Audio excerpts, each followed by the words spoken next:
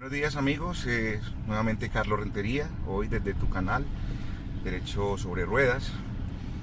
Hoy vamos a estar viendo o continuando con la explicación de las audiencias preliminares y las recomendaciones acerca de lo que ocurre en ellas, tanto para la persona que ha sido judicializada como para eventualmente alguien que pretenda entender cómo funciona las audiencias preliminares,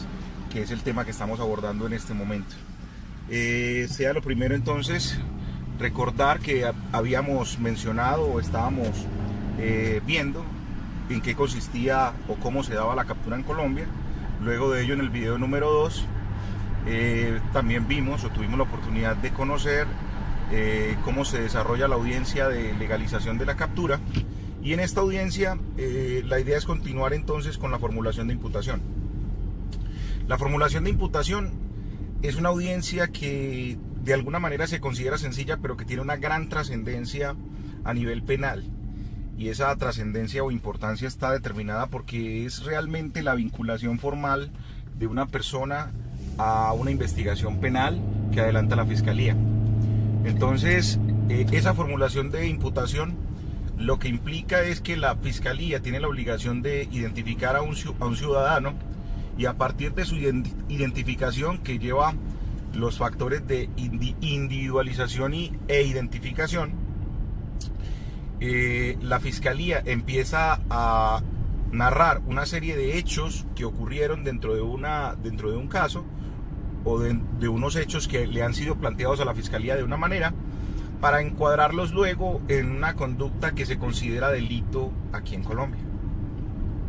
Es así que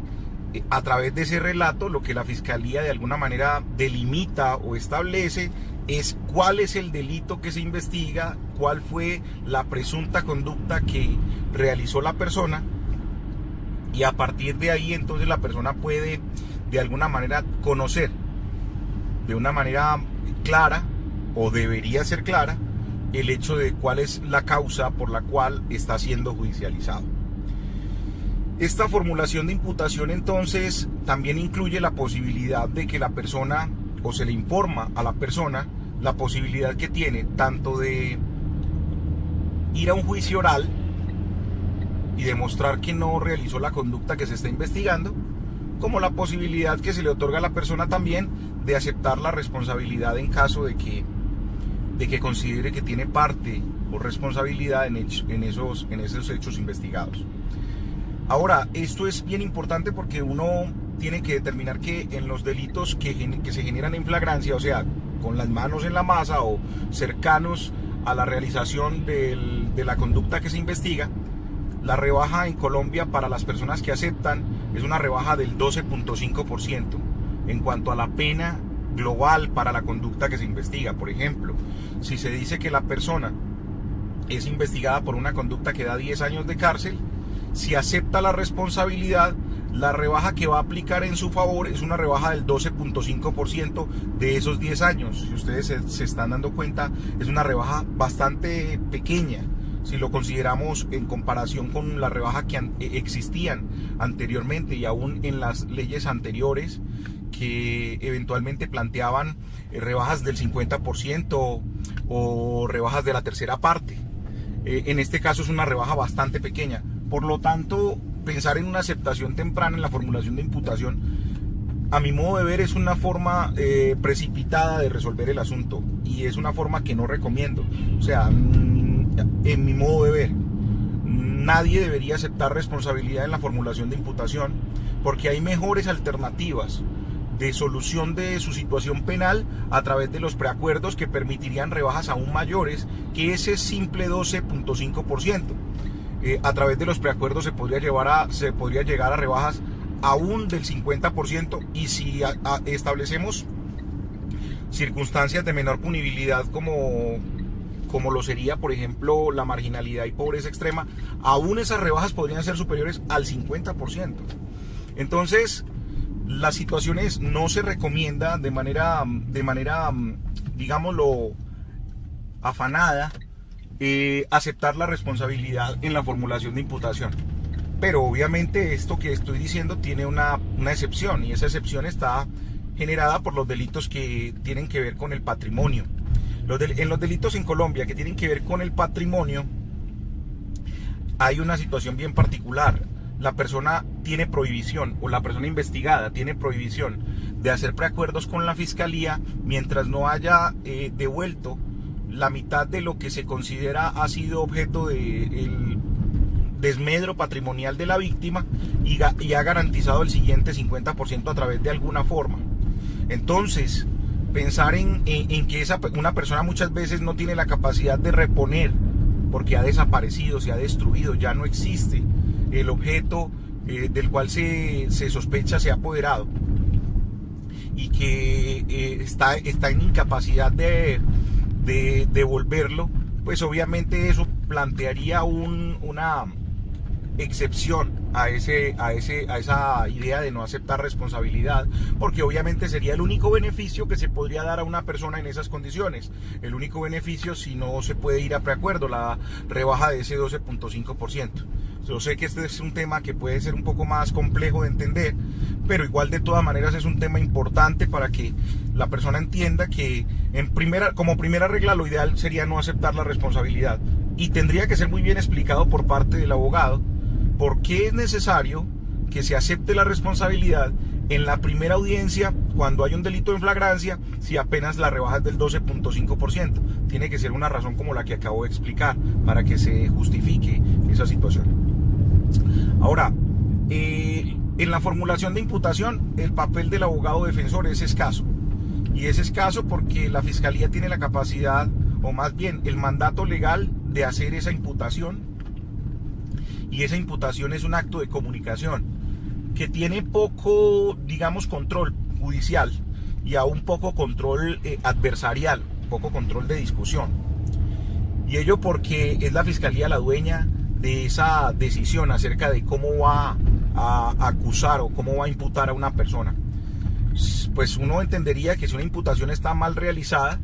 pues obviamente al final de un proceso podría determinarse que esa imputación mal realizada va a tener consecuencias que pueden ser favorables en muchos casos para el procesado, porque no se puede condenar sino en virtud de el principio de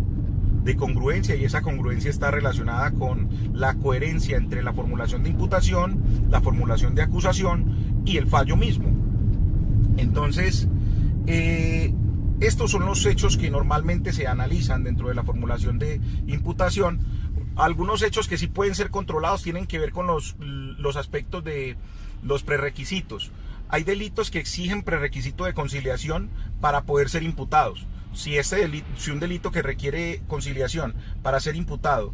no se ha agotado ese requisito, pues obviamente esa imputación estaría mal formulada, porque estaría realizada sin un